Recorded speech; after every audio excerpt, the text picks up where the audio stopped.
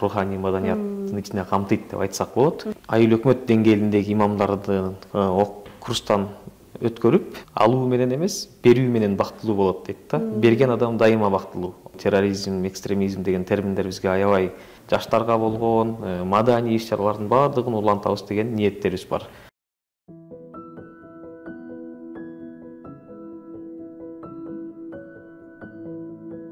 10 жыл болду түптөлгөндө. Ошол президенттин буйругу менен түптөлгөн фонд болуп саналат. Бул фонддун максаты негизинен руханий маданиятты өнүктүрүүгө салым кошот деп түптөлгөн. Тагыраак айта турган болсок, бул фонд эң алгач ошол Кыргызстандагы руханий тармакты өнүктүрүүгө, ошол руханий дегенде анын ичинде өтө көп нерселер бар. Анын ичинде мисалы үчүн дин кызматкерлери, ошол эле жаштардын адеп акылакка болгон баягындай сый урматтары деген сыяктуу улууну урматтоо, кичүүнү азаттоо дегендин баардыгы бул руханий маданияттын ичине камтыйт деп айтсак болот. Мына ушул нерсени жөнгө салуу максатында ошол эле учурда билесиздер 14-жылдары бул терроризм, экстремизм деген терминдер бизге аябай көп учурап аткан мезгил эле ошол нерселердин алдын алуу максатында бул фонд түзүлүп, ошол кезден баштап өзүнүн ишмердүүлүгүн жүргүзүп келатат. Бул эң чоң долбоорлору, эң көзгө басарлык долбоорлору бул ошол дин кызматкерлерин окутуу жана аларга стипендия программалары болду. Бул ошол 2015 жылдан 2018 жылдарга чейинки аралыкта ишке ашкан бир долбоор болду. Ал долбоордун ичинде Кыргызстан боюнча жалпы жума намазы окулган мечиттердин имамдарына, ошол эле учурда дин кызматкерлерине, кээ бир эжекелерибизге дагы ошондой окутуулар, илимин жогорулатуу курстары уюштурулуп, аны ийгиликтүү аяктагандар үчүн стипендиялар берилген. Андан тышкары бул бала аман, эне аман, эл аман деген бир аялдар үчүн атайын долбоор бар эле. Ал долбоордун негизинде аялдарды окутуу программалары болгон. Андан тышкары бул фонд тарабынан бир 18ге жакын диний, маданий китептер басылып чыкты. Анын ичинде ошол дин кызматкерлери үчүн китептер бар, жаштар үчүн арналган китептер бар, бөбөктөргө арналган жомок китептер бар.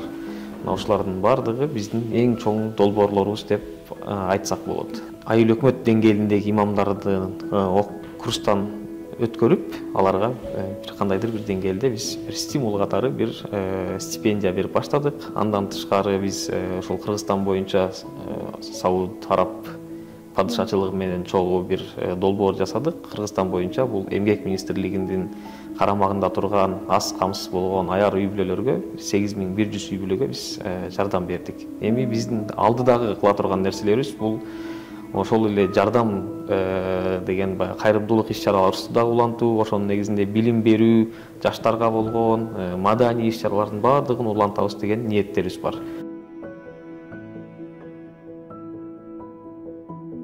Фонддун каржылоо булактары уставда бекитилгендей бул сырткы донорлор дагы болушу мүмкүн, ошол эле учурда ички донорлор дагы болот. Биз ушул жерден дагы мен кайрылып кетким келет. Эгерде ушул руханий маданиятка салым кошом деп жүргөндөр болсо, биздин фондко келип, өзүнүн баягы айтып кеткендей зекетин же болбосо жеке жардамын бере алат.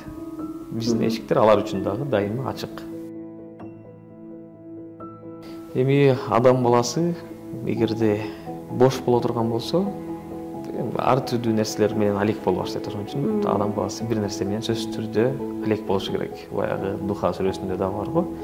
Бир нерсени бүттүңбү, экинчи нерсени кыл дегендей, баягы аны биздикилер кээ бирлер ибадатын бүттү, башка амалды кыл дегендей мааниде да которулуп жүрөт. Бул бир ишти бүтүрдүңбү, ошол бойдон калба, дагы өнүк экинчи ишиңе өт деген мааниде мен жоромолдосок дагы болот деп ойлойм. Ошол эле учурда пайгамбарыбыз дагы айтат, бир мусулмандын бир күнү экинчи күнүнө окшош болсо, ал утулууда дейт. Биз ошондой эле кайсыл жактан утулуп атабыз? Биз жаштар негизинен азыраак окуп атат деп ойлойм мен, жеке оюмча. Китеп окуу маданияты аябай азайды. Ошол эле учурда бул интернет, телефон деген тармактарга аябай көп кирип кетти. Андан тышкары дагы мен байкаган нерселеримдин бирөөсү бул баягы тез байып кетүүнүн жолдорун өтө көп издешип атат. Бул эми Мен ойлойт элем, бул адам баласы эгерде бир жакшы мээнет кылып, чын дилинен бир мээнет кылса, бул сөзсүз түрдө кайтат.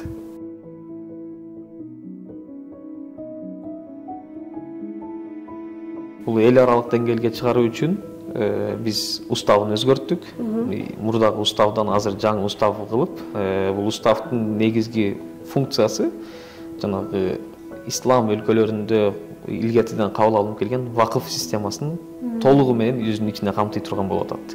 Ыйман вакыф деп туруп, бунун ичине вакыф системасын өзүнүн ичине камтыйт. Ал эми ичине камтыгандан кийин биз Кыргызстанга келип аткан чет элдик студенттерге стипендия беришибиз мүмкүн. Өзбекстандан, немеден келип аткан өзүбүздүн студенттерге стипендия беребиз. Ошентип биз чет элдик деңгээлге, эл аралык деңгээлге чыга алабыз деген ниеттебиз. Буну биз бир аз учун жасап көрдүк. Баягы Казакстанда суу ташкындап, аябай оорма учурлар болуп атканда биз ошо Кыргызстандагы бардык фонддорду бириктирип, башын бириктирип, Ыйман фонду арга жетекчи болуп, ошо Казакстанга бир чоң жардамдарын берип, мындай өзүнүн атын сыртка алгыза алды деген ниетте бир немебиз бар, ишенимибиз бар.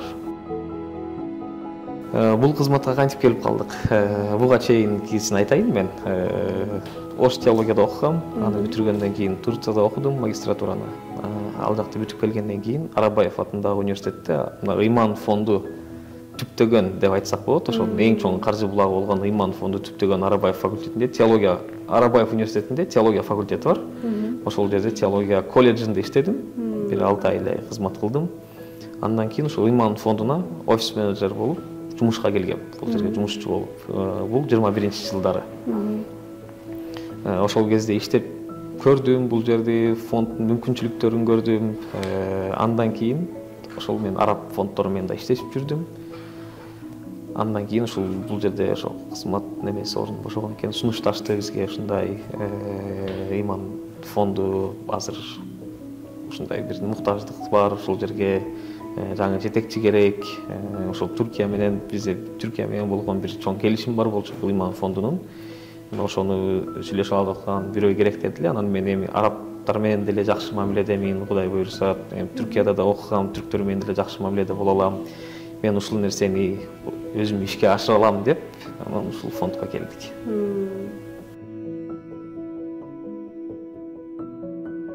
Бактылуулук жан дүйнөнүн тынчтыгы деп эсептейм мен. Көптөгөн адамдар бар, байлар бар, бирок бактылуу эмес алар. Кыйналып жүрөт. Ошол байлыгы бир учурда жок болуп кетсе, кандай гана стресстерге түшүп, ооруп калгандарды көрүп атабыз. Ошондуктан мен бактылуулук бул кандайдыр бир материалдык бир байлыкта, бийликте деп эсептебейм. Бактылуулук бул ушул жан дүйнөнүн байлыгы, жан дүйнөнүн тынчтыгы, ошол эле учурда үй бүлөң менен, досторуң менен биргеликте, бирөөлөргө мындай көйгөйүңдү айтып, маселеңди айтып, дартташа турган адамың болсо, сен бактылуу адамсың деп эсептейм. Мен өзү негизи саякатты жакшы көргөн адаммын. Сыртка чыккандарды аябай жакшы көрөм. Сыртта жүргөндү жакшы көрөм. Андай жакка чыкканда эми албетте чын дилинен ыраазы болуп, сүйлөнүп, батасын берген, дуасын бергендер болот. Аларды көргөндө ичиң кадимкидей жылыйт. Мен бир кинодо көрдүм эле, мындай деген сөздү айтат да ал жерде. Адам алуу менен эмес, берүү менен бактылуу болот дейт да. Берген адам дайыма бактылуу. Значит, биз ошол иштерди берип, ишке ашырып атканда биз өтө эле бактылуу болобуз. Ички өзүнчө бир гармондорубуз ойдоп, аябай сүйүнөбүз биз деле.